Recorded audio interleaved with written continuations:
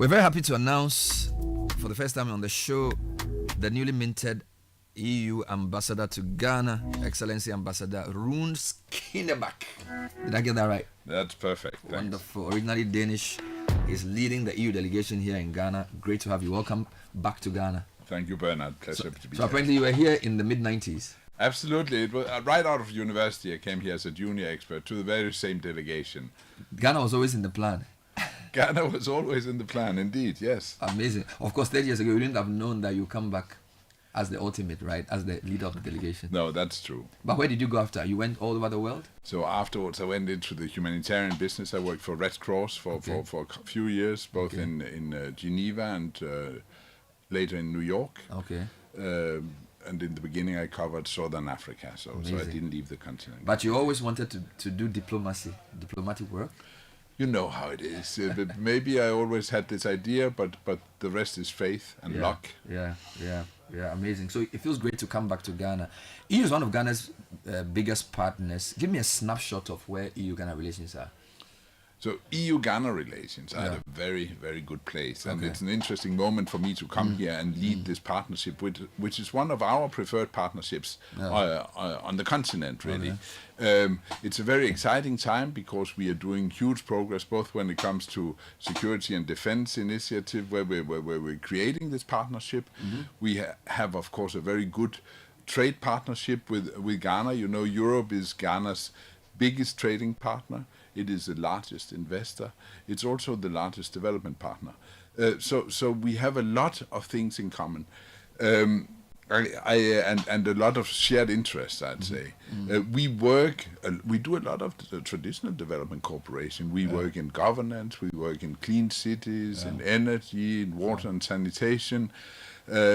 We also work a bit in health. We have assisted Ghana in setting up a vaccine production, and we work in education, both access to secondary education as well as TVET centers. So we have a broad traditional development cooperation portfolio, but we are moving away from that. The world is changing. Since I was here 30 years ago, the world has become a different place. It's more fragmented, as we all know, but there's also more competition for grant funds, and there's a bigger need for creating partnerships and alliances. On the multilateral scene, Ghana and Europe are partnering. We have a couple of shared agendas like climate change. We have shared interest also, and we want to build more on those interests. You know, Europe used to be a cooperation partner promoting its values and principles. Now this has extended to interest also. Fortunately, many interests are coinciding with those of Ghana. And what I want to do during my 4 years here is to make Ghana more attractive for investments, for European foreign direct investments, for private sector, for development institutions, but also for international financial institutions to bring their money to Ghana to help develop the infrastructure, to help develop the sustainability, to help develop the economic stabilization. So I'll ask you which direction the money coming in is looking more. Is it the green type or is it the basic infrastructure? But before I go there, we've moved from aid to trade. That seems to be where the relationships, not just with EU, with other partners have gotten to. Will this also include bigger access to European markets for Ghanaian goods as well? Because you said Ghana and Europe are very good trade partners. Right? How open and welcoming is the European market also for things made here, value-added things as well, textile products, value-added cocoa products, and that type of thing? We are moving from aid to trade, indeed. The EU, we work in 7-year cycles, so we are much less agile than many of your partners. But it also means that we are much more stable than many of your partners. So we are here for the long term. We are here, and we will stay here. That's important, point number one. When it comes to trade, there's a particular relationship between Europe and Ghana, because Ghana is one of the signatories to the Economic Partnership Agreements, which gives free access for a large range of products to Europe, also tariff-free, contrary to some of our friends. So there are a number of things that favors a partnership also in trade. The reason I asked that question, and I think you alluded to that in your answer, generally the world is changing and people are redefining their relationships. Can Ghana continue to depend on the EU as a reliable, stable, strong partner? Because there's a lot of pressures from different parts of the world, and because of what's happening in Washington as well, a lot of people are considering their options. So for those of us in Accra, when we see EU, we say this is a permanent relationship based on mutual interests for the future. I would say yes. My role is to make sure it happens during the next 4 years, but we are a different kind of partner. We are not to be taken for granted anymore in Europe also. So Ghana needs to make itself attractive for European investments. If not, the money will go to Ivory Coast, it will go to Togo, it will go to Nigeria, it will go somewhere else. So we are partnering with Ghana. We are keen to partner with Ghana. We are keen to help Ghana make itself attractive for European investments. But it's up to Ghana to do it. We come with an offer. It's called Global Gateway. You know, in the African Union EU summit back in 22, it was decided to have the Global Gateway sort of response to the Chinese Belts and Roads initiative, where some 300 billion euros were put aside, and half of that package, 150 billion, for the African investment package. So 150 billion for the African continent. That's an offer. Now, up to the African countries to make themselves attractive for that offer to come into their realm.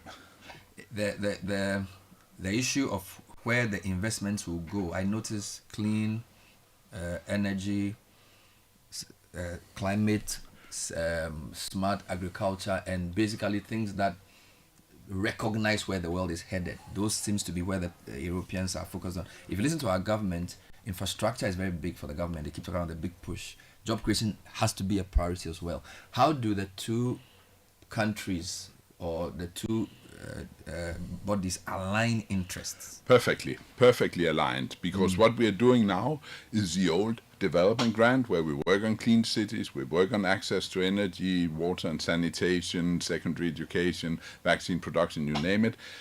Global Gateway, we help supporting infrastructure projects. We help supporting jobs and skills development. We help supporting Ghana in becoming this attractive destination for investments. Wonderful. What about security? It's a matter of concern because Ghana is seen as an island of stability in a relatively volatile sub-region. And so a lot of the discussions around stabilizing West Africa has to have Ghana in the conversation. Just what are your thoughts around the role Ghana plays in the sub-region, and what type of cooperation is necessary to stabilize not just West Africa, but particularly the Sahel as well? Yeah.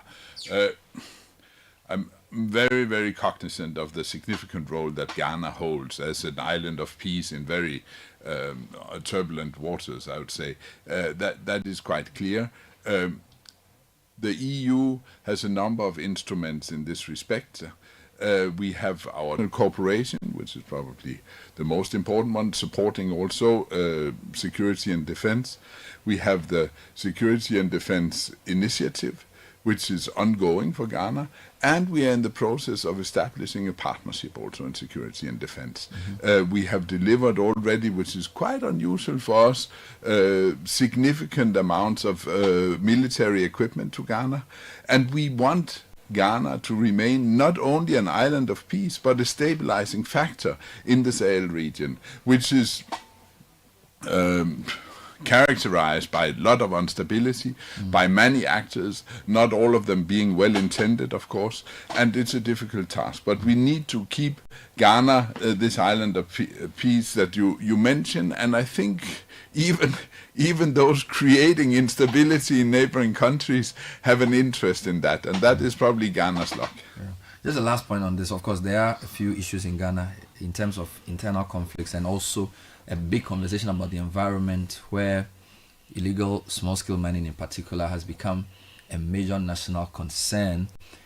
I don't know if in the portfolio of resources in clean, climate smart and environmental sort of issues, there's any contemplated support in that area, because if you look across the country, there's a massive devastation of farmlands and river bodies for people mining, particularly for gold.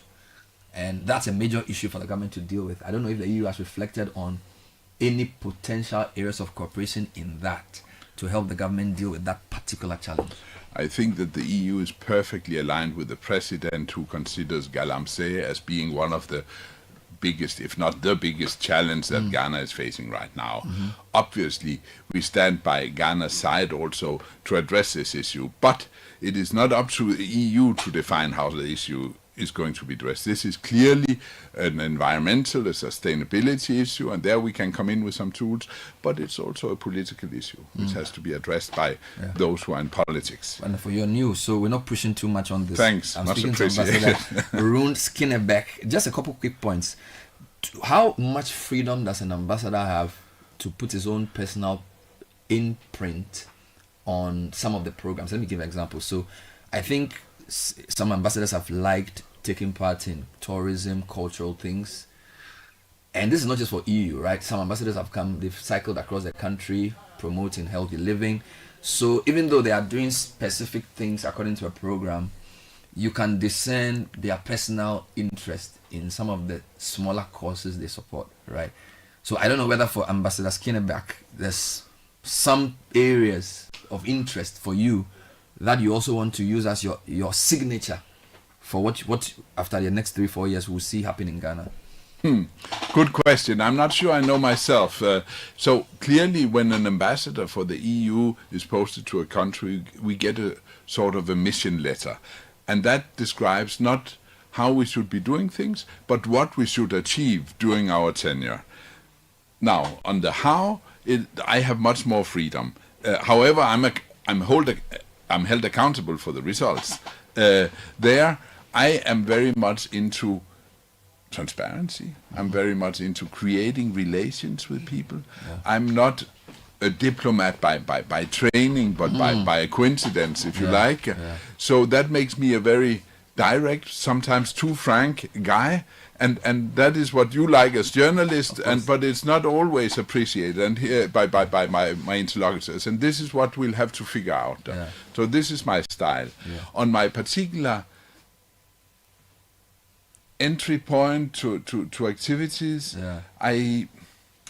I would have to come back and talk to you in a couple of months, and then I'll have a much clearer idea. The advantage you have is you've been here before. You came here from university, so the place is not new to you, and you've also done development and aid work. So it also means you're well traveled and you understand various contexts. So you don't need to overthink it. I'm sure it will come naturally. I hope so. I'm sure it will In come. any case, I mean, so much have changed over the past 30 years. But the one thing that hasn't is the Ghanaians. It's the way that my wife and I have been welcomed. It's the big smiles. It's the laughter in the streets. In your studio, I was just listening to you before. It's wonderful to be back. Fun. Yeah, it's good to have you. Good luck. And how long are you going to be here for? 4 years. 4 years. Wow. So 2029. Hopefully things will be better by then for all of us. I'm sure. Thank you. Ambassador Rune Skinnebach, originally from Denmark. He's the EU ambassador to Ghana, and he's basically hoping to continue the good works his predecessors have started to deliver development cooperation for the two countries.